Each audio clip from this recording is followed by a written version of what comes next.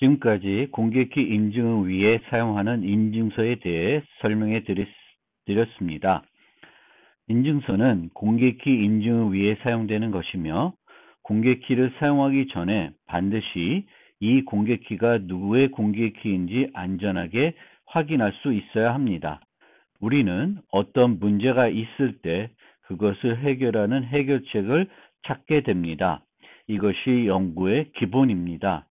필요한 해결책을 찾는다고 그 문제에 대한 연구가 끝나는 것은 아닙니다.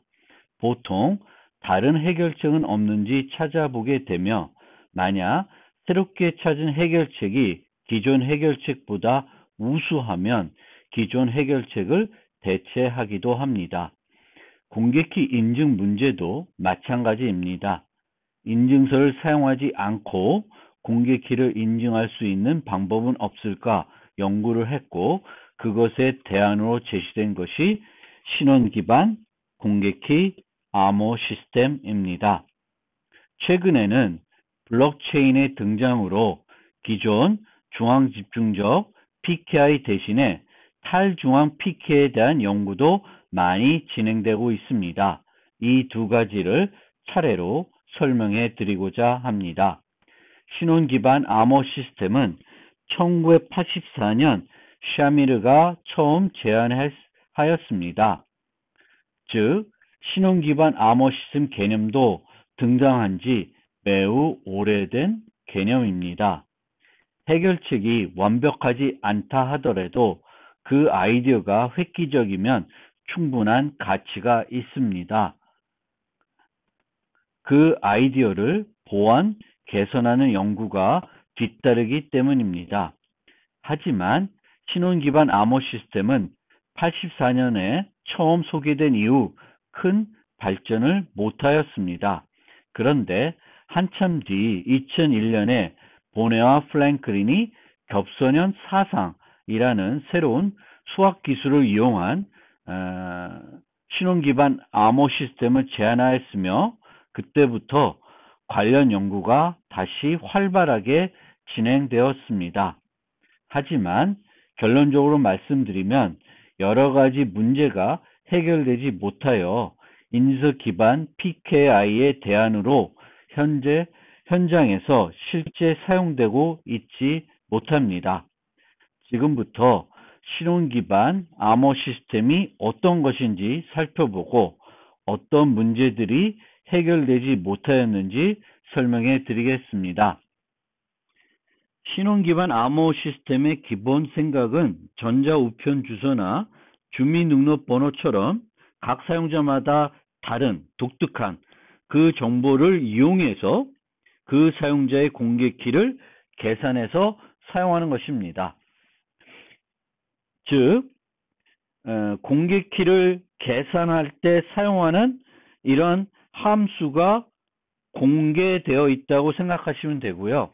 누구든지 특정 사용자의 신원 정보를 알고 있으면은 그 신원 정보를 이 함수에 집어넣어서 값을 계산하면 이 사용자의 이 신원 정보가 소유, 그 신원 정보가 나타내는 사용자의 공개키를 계산할 수 있게 됩니다.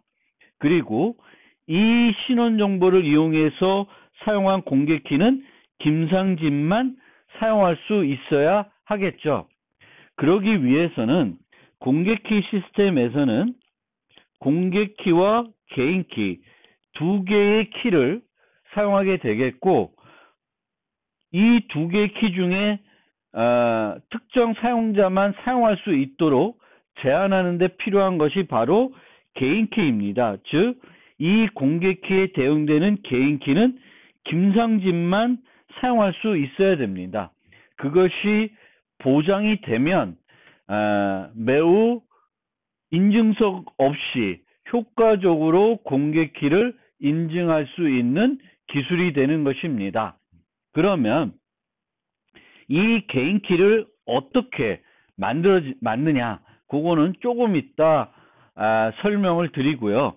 이렇게 공개키를 계산하게 되는데, 이 공개키에 대응되는 개인키는 이 신원이 대표하는 사용자만 사용할 수 있도록 제한할 수 있다라고 생각하고 이것의 장점부터 간단히 살펴보겠습니다. 첫 번째 장점은 모든 사용자들이 쉽게 그 어떤 다른 사용자의 공개키를 계산할 수 있습니다. 기존 PKI 인증서 기반에서는 내가 다른 사용자의 공개키가 필요하면 그 사용자한테 달라고 해야 됩니다. 물론 PKI 기본 개념에는 공개 디렉토리라는 개념이 있었기 때문에 공개 디렉토리에 등록이 되어 있으면 인증서를 쉽게 얻을 수 있지만 실제 현장에서 지금은 그렇지는 않습니다. 만약 여러분들이 제 인증서가 필요하면은 제가 그 인증서를 전달해 줘야 되는 겁니다. 그런데 이 방식에서는 신원 기반 암호 시스템 방식에서는 요청할 필요가 없어요. 상대방의 인증서를 공개키를 요구할 필요가 없습니다. 내가 바로 그냥 계산할 수 있어요. 그 사용자의 뭐만 알면 신원 정보만 알면 돼요. 따라서 두 번째 장점은 인증서 자체가 필요 없다라는 겁니다. 그래서 그 인증서와 관련된 여러 가지 그 PKI를 구축해야 되는 여러 가지 그런 것들을 이제 신원 기반 암호 시스템에서는 하지 않아도 된다는 것입니다. 따라서 신원 기반 시스템이 내세우는 가장 큰 장점은 통신하고자 하는 상대방이나 제3의 서버에 문의하지 않고도 상대방의 신원을 알고 있다면 상대방의 공개키를 생성할 수 있고 이 공개키를 신뢰할 수 있다는 것이 이 신원 기반 암호 시스템의 장점입니다. 사용자가 자신의 개인키를 직접 만들 수 있으면 가장 좋겠지만 직접 만들 수 있으면 자신의 개인키뿐만 아니라 다른 사용자의 개인키도 생성할 수 있기 때문에 사용 가능한 방식이 아닙니다. 따라서 신원 기반 암호 시스템에서는 사용자의 개인키를 발급하여 주는 별도 신뢰기관을 사용하고 있습니다. 그리고 이 신뢰기관을 PKG라고 합니다. 실제 어떻게 사용자의 개인키를 생성하냐면 그 사용자의 공개키와 PKG만 알고 있는 마스터키를 이용해서 생성하게 됩니다. 따라서 개인키 생성 보안의 가장 중요한 요소는 PKG의 마스터키입니다. 누구나 이 PKG의 마스터키를 확보하게 되면 어떤 사용자의 개인키도 생성할 수 있게 되는 문제점이 있습니다. 이처럼 모든 사용자의 개인키를 만들 수 있기 때문에 모든 암호문을 복호할 수 있고 모든 사용자의 서명을 위조할 수 있습니다. 부인 방지에 매우 취약한 형태가 되는 거죠. 이것이 신원 기반 암호 시스템의 첫 번째 문제입니다. 첫 번째 가장 중요하게 생각하는 문제점입니다. 하지만 이 문제점은 나름대로의 해결책은 가지고 있습니다. 뭘 이용하면은 이걸 해결할 수 있냐면은 미리 한번 설명드렸던 인계 기반 비밀 공유 기법을 사용할 수 있습니다. 즉, 한 기관에 이 권한을 주는 것이 아니라 여러 기관의 발급 권한을 분배할 수 있고 이렇게 되면 이 중에 우리가 설정한 T명 이상이 협조해야지만 개인키를 만들 수 있게끔 할 수 있습니다. 그래서 이 문제는 그래도 어떤 뭔가 우리가 사용 가능한 형태의 해결책은 존재하지만 그럼에도 불구하고 이 신원 기반 암호 시스템의 도입에 걸림돌이 되고 있는 요소 중 하나라는 것은 분명합니다. 그런데 이 문제 말고 그 PK 그 신원 기반 암호 시스템이 가지고 있는 또 다른 심각한 문제가 하나 더 있습니다.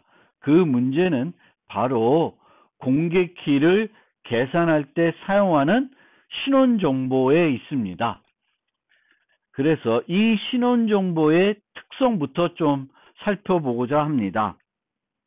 신원 기반 암호 시스템은 사용자의 공개 키는 그 사용자의 신원 정보로부터 생성되고요.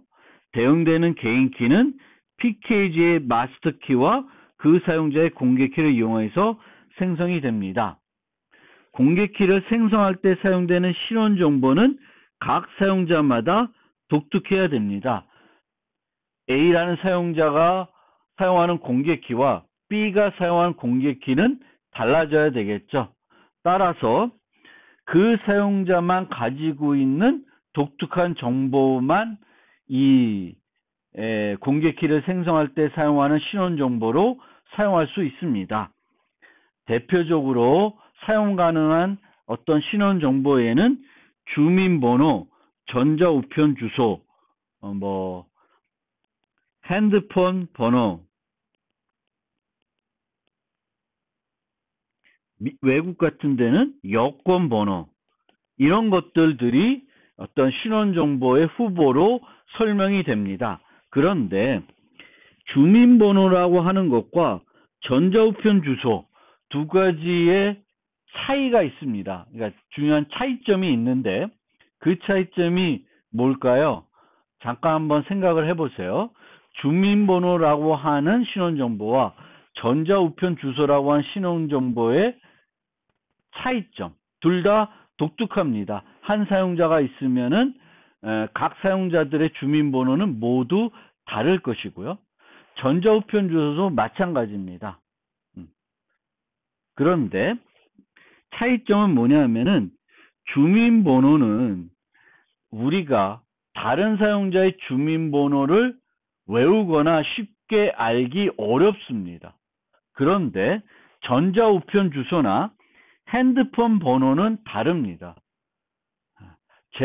저랑 친한 사람은 또는 제가 알려준 사람들에게는 제가 주민번호를 가르쳐 주진 않지만 저랑 소통하기 위해서는, 저랑 전화를 주고받기 위해서는 저는 기꺼이 제 전화번호를 알려주게 됩니다. 전자우편 주소도 마찬가지입니다. 제 전자우편 주소는 다른 사용자한테 다 쉽게 알려줍니다. 심지어 제 홈페이지나 유튜브 채널 같은 데 오면 제 전자우편 주소는 공개되어 있습니다. 하지만 주민번호는 그렇게 공개를 하지 않습니다. 그래서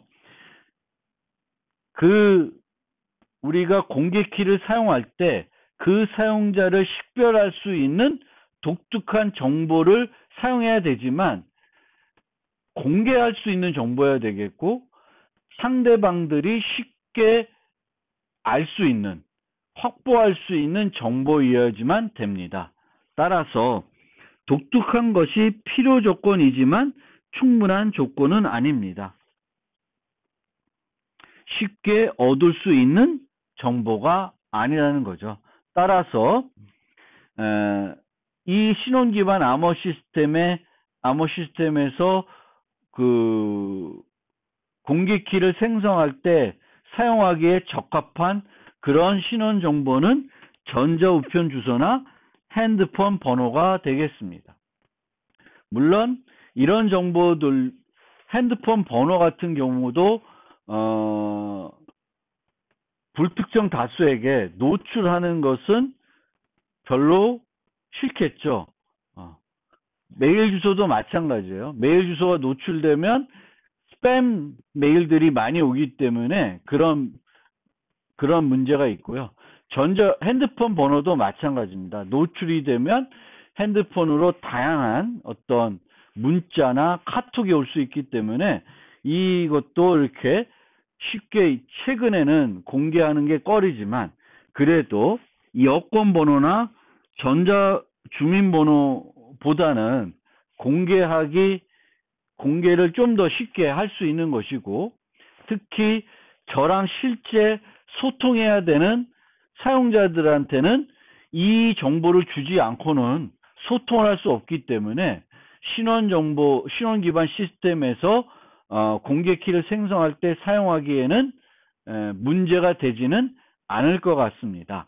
그런데 이런 정보는 또 다른 특성을 갖고 있습니다. 그 특성이 뭐냐면은 불변 정보라고 하는 것입니다. 물론 엄밀한 의미에서의 불변 정보는 아닐 수 있지만 바꾸기 매우 불편한 정보임은 틀림이 없습니다. 제가 잘 쓰고 있는 전자우편 주소를 바꾸는 것은 되게 불편합니다. 왜냐하면 다시 또 알려야 되는 문제가 있습니다. 핸드폰 번호를 바꾸는 것도 불편합니다. 그것을 이용해서 저랑 소통하는 많은 사용자들이 있는데 제가 번호를 바꾸면은 다 또 알려줘야 되는 불편한 정보가 있죠. 그런데 아까 설명드렸듯이 공개키는 그 신원 정보를 이용해서 계산을 합니다. 그런데 암호키라고 하는 것은 영구적으로 사용할 수 있는 것은 아닙니다. 필요하면 바꿔줘야 돼요. 그리고 오래 쓰면 안전성이 떨어지기 때문에 바꿔야 됩니다. 더군다나 어떤 사고로 또는 어떤 문제가 생겨가지고 노출이 되면 여기서는 공개키는 노출돼도 되겠지만 대응되는 개인키가 노출이 되면 바꿔줘야 돼요. 근데 이 개인키를 바꾸려면 공개키부터 바꿔야 됩니다. 따라서 이 공개키를 바꾸려면 뭘 바꿔줘야 돼요? 신원 정보를 바꿔야 돼요. 그래서 이 문제가 실제 이 신원 기반 시스템을 현장에서 사용하는데 제가 생각할 때는 가장 큰 걸림돌입니다.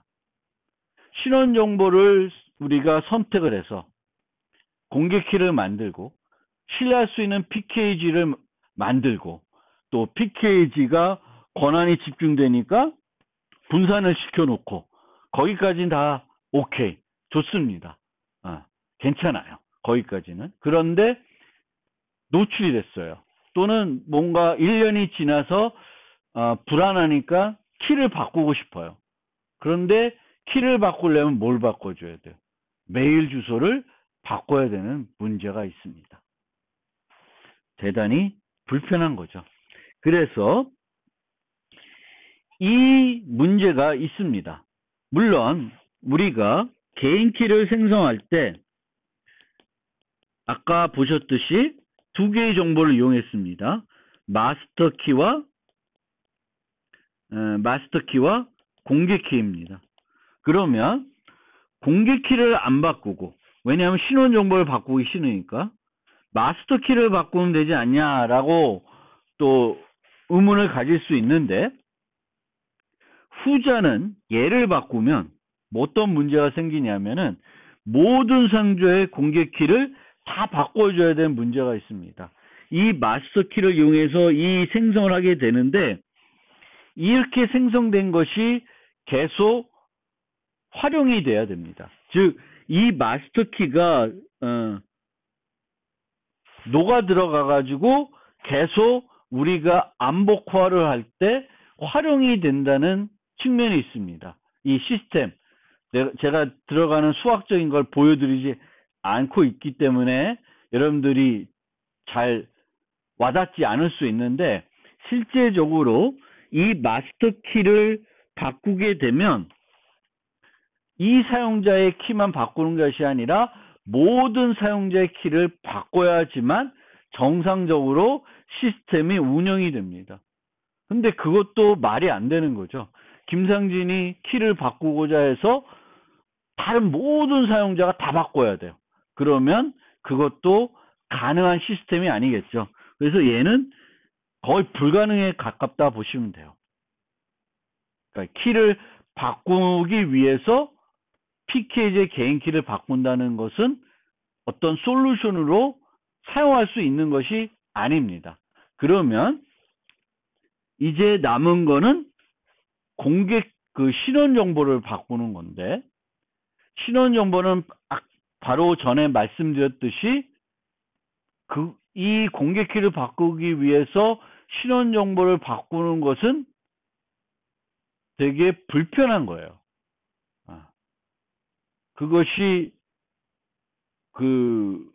어떤 그렇게 해야 된다라고 하면 바꿀 수 있겠지만, 그러면 이 시스템이 널리 사용되는데 불편한 요소가 되는 거고, 그래서 문제가 되는 겁니다. 이것을 그러면 어떤 식으로 해결할 수 있냐 생각을 많이 했겠죠. 그런데 나온 대안이라고 하는 것이 되게 단순한 대안밖에는 없습니다. 어떤 대안이 나왔냐면은 공개 키를 계산할 때 신원 정보를 넣는데 여기에 추가적으로 바꿀 수 있는 동적 정보, 그러니까 동적 정보라는 거는 바꾸기 쉬운 정보를 추가하는 거예요. 그러면은 공개 키를 바꿔야 될 때 얘는 안 바꾸고 얘만 바꾸는 거예요. 근데 여기에도 큰 함정이 하나 있습니다. 원래 신원 기반 암호 시스템의 장점은 상대방의 신원 정보만 알고 있으면은 공개 키를 쉽게 생성할 수 있다는 것이 장점이고 가장 큰 장점이에요. 근데 갑자기 얘가 들어오게 되면 그 장점이 없어지는 거예요. 왜냐하면은 이 사용자의 공개 키를 계산하려면 얘뿐만 아니라 또 뭘 알아야 돼요? 이 정보를 알아야 됩니다. 동적 정보를 같이 알아야 돼요. 그러면은 이 동적 정보를 쉽게 알 수 있게 하는 방법은 없을까? 또 고민을 했죠. 그래서 생각한 대안이 발급 시간입니다. 그래서 발급 시간도 어떻게 알아? A라는 사용자의 발급 시간을 제가 어떻게 알겠습니까? 모르죠. 그래서 도입한 것이 고정된 발급 시간을 사용하는 거예요. 여기처럼 3월 1일이면 3월 달이면 3월 1일 날 발급된 거를 모든 사용자들이 다 사용하는 거예요.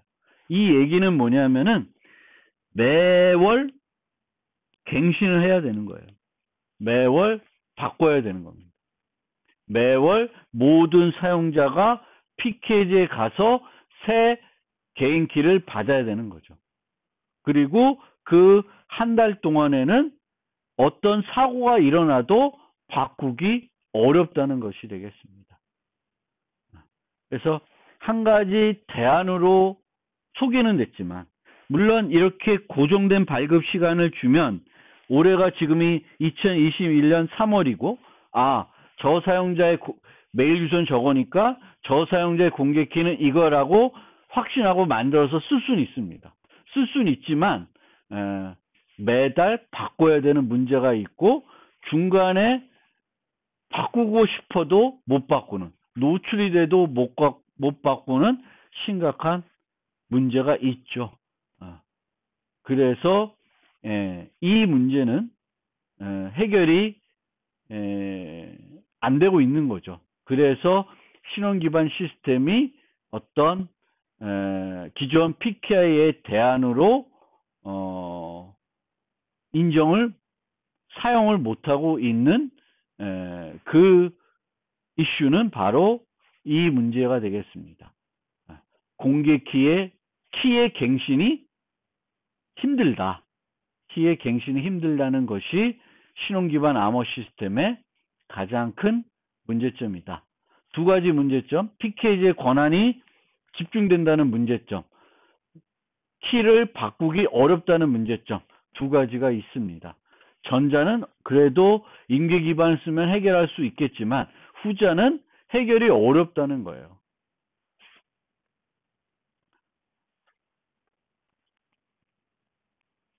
자, 그래서 여러분들이 한번 요 슬라이드에 있는 PKI, 여기서의 PKI는 중앙집중 인증서를 사용하는 PKI이고 신원 기반 시스템이 있는데 한번 비교를 해서 보시면 좋겠습니다. 결국 어쨌든 신원 기반에서의 문제점은 PK의 권한 집중 그리고 키 갱신이 어렵다는 것이 되겠습니다. 지금부터는 DPKI, 탈중앙 PKI에 대해서 설명해 드리겠습니다. 이 Decentralized PKI는 블록체인의 등장 때문에 물론 이거 블록체인이 없어도 만들 수 있는 방법이 있겠지만 우리가 생각하고 있는 지금 연구가 되고 있는 DPKI는 모두 블록체인을 기반하고 있습니다. 블록체인에 대해서는 나중에 설명을 드리지만 이 DPK를 이해하기 위해서는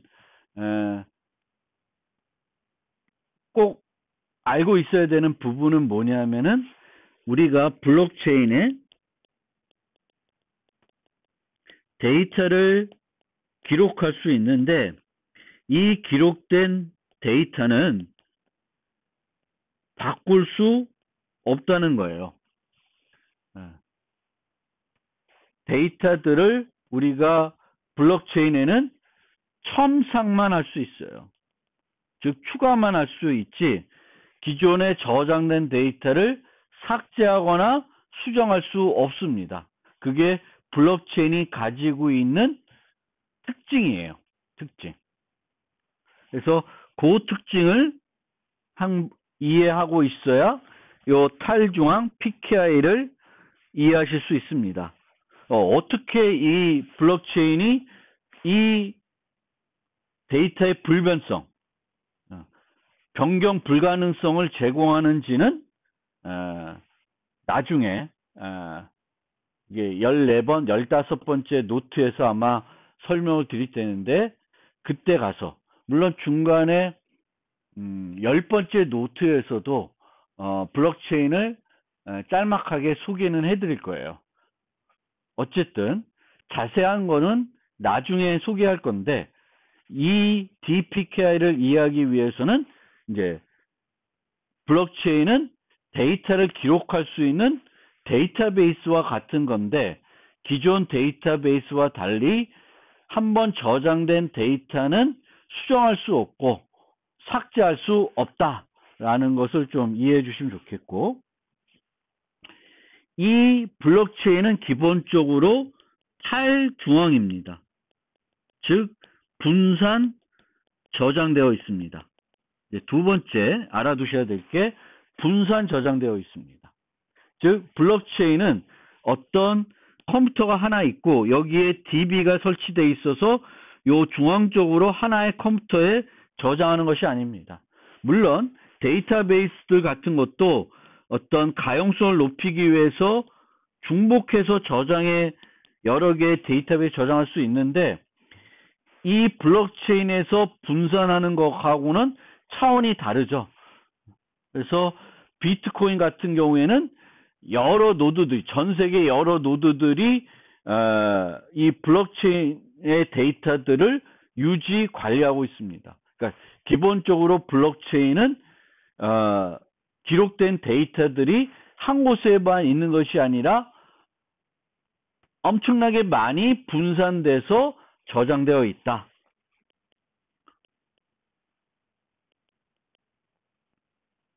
수정 다시 첫 번째 특징 첨삭 정형이다. 이렇게 쓸게요. 두 번째, 분산 저장된다. 세 번째, 합의 기술이라는 걸 써서 데이터를 기록한다. 이 얘기는 뭐냐면은 분산 저장되어 있다고 했죠. 그러면은 뭐 10,000개, 뭐 10만 개의 노드에 분산 저장되어 있는데 이 10만 개 되는 노드들에 저장되어 있는 데이터들이 동일해야 돼요. 동일. 분산 저장되어 있는데 동일해야 됩니다. 이것을 보장하는 것이 합의 기술입니다. 합의 기술. 뭐 나중에 이미 많이 들어보신 분도 있겠지만 비트코인 같은 경우에는 작업 증명이라는 걸 써요. 어쨌든 어떤 합의라는 기술을 써서 데이터를 기록하고 이 데이터를 이런 방식으로 기록하기 때문에 분산 저장되어 있지만 모든 분산 저장된 데이터가 동일하다, 틀리지 않다. 요 세 가지 특징을 머릿속에 그리면서 이 DPK 이야기를 들어주시면 되겠습니다. 그래서 탈중앙 PKI는 중앙집중 인증기관이 인증서를 발급하는 것이 아닙니다. 어떻게 하냐면 각 객체가 스스로 발급합니다. 스스로 발급해요. 그러니까 스스로 발급한다고 하면 좀 말이 안 되죠. 왜냐하면은 우리가 김상진 공개키, 그러면은 이 공개키가 김상진이라는 것을 아무나 발급할 수 있으면은 이런 인증서들이 하나가 있는 게 아니라 여러 개가 있겠죠. 그러면 이 여러 개 중에 어떤 게 실제 김상진의 공개키인지 알 수가 없습니다. 그래서 이 문제 때문에 CA만, 적법한 CA만 요걸 발급할 수 있어야 돼요. 그리고 이 CA는 김상진의 공개키는 여러 개 발급을 안 해주겠죠. 그리고 발급할 때 여러 개를 발급하더라도 김상진에게만 해줄 거예요.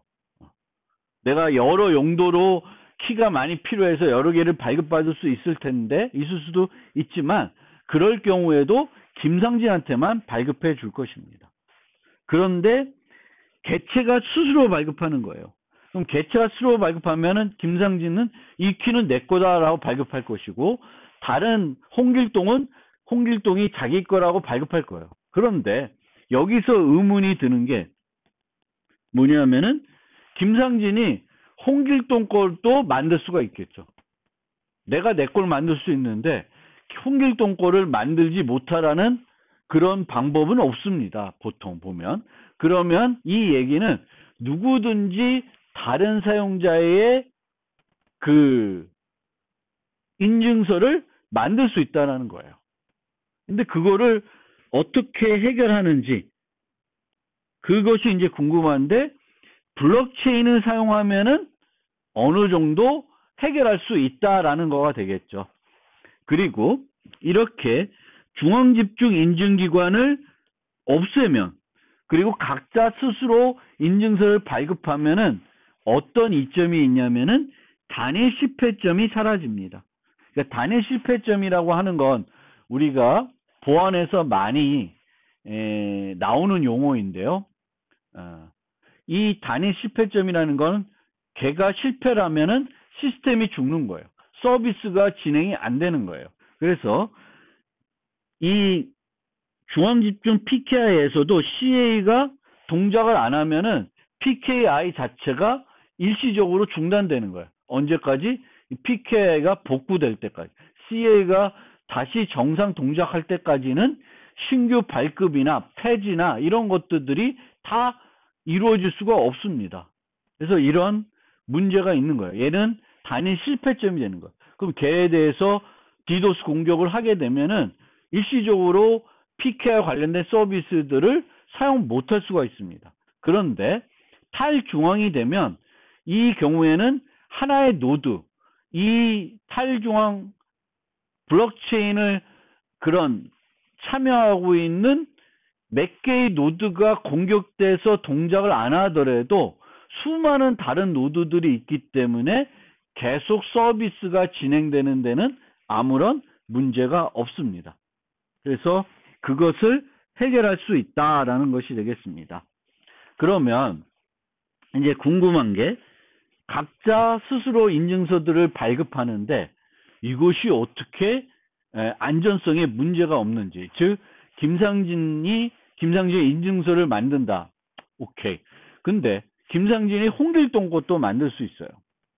그러면 그것을 어떻게 못하게끔 막을 수가 있는 건지, 또 그렇게 만들어진 인증서를 수정할 수 없도록 어떻게 할 수 있는 건지를 이제 설명해 드리겠습니다. 그래서 동작 원리는 블록체인에 일정한 형식을 갖춘 아이디와 공개 키를 연결하는 문서를 저장하는 것입니다. 즉, 그 기존 PKI에서는 인증서라는 전자 문서를 발급해가지고 서로 갖고 있고 그것을 교환하는 형태가 됐는데, 이제 블록체인에서는 인증서를 내가 김상진이 만들어서 블록체인에 기록을 합니다. 그러면은 누구든지 김상진의 인증서가 필요하면은 김상진한테 달라는 것이 아니라 블록체인에 가서 찾아보면 돼요. 블록체인에 가서 김상진을 검색해서 김상진의 인증서를 갖고 와서 사용을 하면 됩니다. 그래서 그런 방식으로 동작을 한다. 즉, 블록체인이 기존 PKI에서 공개 디렉토리 역할을 하는 겁니다. 이 블록체인에 가면은 모든 사용자의 인증서가 저장되어 있다라고 생각하시면 됩니다. 그런데 이 아이디는 지금 생각하고 있는 탈중앙 PKI는 단순한 랜덤 값은 아니고요. 공개 키를 이용해서도 계산이 되고 있는 어떤 랜덤 값입니다. 그래서 이 얘를 이용해서 계산한다는 건 여러분들이 지금 꼭 알고 있을 필요는 없고요. 김상진 원래는 그 Centralized PKI 예전의 인증서에서는 김상진이라고 하는 실제 신원 정보가 공개 키하고 바인딩이 됐습니다.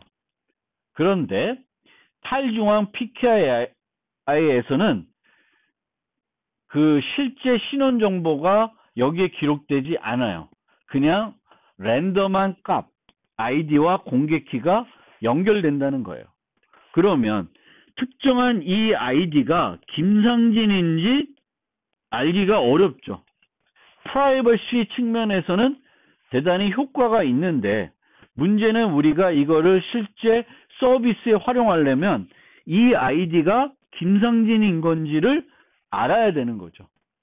그것이 이제 또 문제가 됩니다. 문제가 되는데, 어쨌든 지금은 이 프라이버시를 또 대단히 중요시하기 때문에 이 아이디를 김상진을 안 쓴다. 신원 정보를 쓰지 않고 그냥 랜덤한 값, 물론 아주 랜덤한 값은 아닌데 그 값을 아이디로 공개키로 연결합니다. 그러면 실제 나중에 사용하려고 그러면은 제가 여러분들한테, 만약 여러분들이 김상진의 공개키를 알고 싶어요. 이 탈중앙 PK에서 알고 싶으면 저한테 문의를 해야 돼요. 문의를 해서 김상진의 아이디는 뭐냐라고 물어봐야 됩니다. 그러면 제가 내 아이디는 이겁니다 라고 알려주면 그 아이디로 검색해서 공개키를 갖고 와야 됩니다. 그래서 다른 방법으로 이 공개키가 실제 어떤 사용자의 공개키인지는 다른 방법으로 연결을 해야 된다. 아이디와 실제 개체와 연결은 다른 방법을 사용해야 되겠고, 보통은 오프라인에서 서로 교환한다든지 아이디를 기관 홈페이지에 기관 아이디를 게시하는 방법 등을 통해서 점진적으로 확장하는 방법을 사용합니다. 그러니까 제가 언제 이제 돌아다니면서 내 친구를 만났어요. 그러면 야, 네 아이디 뭐냐? 내 아이디 이거야. 보여줘요. 그럼 제가 그거를 찍어요. 그러면 신뢰할 수 있겠죠. 직접 보여준 거니까. 전화로 물어봐서 불러달라 그래요. 그러면 그 친구가 음성으로 13452 뭐 이렇게 얘기하면은 그 사용자의 공개키가 맞구나 라는 것가 됩니다. 그럼 그것들이 쌓이면 제가 소통하고 있는 사용자하고는 이제 그게 성립이 되는 거고요. 제가 한기대의 아이디가 뭔지 알고 싶다. 그럼 한기대 홈페이지에 가면 대문자만하게 이렇게 공개를 하고 있는 거예요. 그러면 여기서 또 중요한 거는 이 홈페이지가 피싱 되거나 이러면 안 되겠죠. 누가 그 홈페이지에 들어가서 그거를 수정한다든지 아니면 가짜로 홈페이지를 만들어서 일로 접근하도록 만들면 안 되겠죠. 그것이 불가능하다고 하면 이런 기관 홈페이지에 게시하는 것들이 가능합니다. 그래서 이런 방법을 쓸 수밖에 없다. 근데 이제 프라이버시 측면에서는 이제 이 방법을 현재 사용하려고 하고 있는 것 같습니다. 그러면 블록체인을 사용하는 이유는 뭐냐 궁금해 하실 수 있는데 첫 번째 이점은 자동으로 분산 저장됩니다. 그래서 우리가 쉽게 공개키를 검색하고 얻어올 수 있습니다.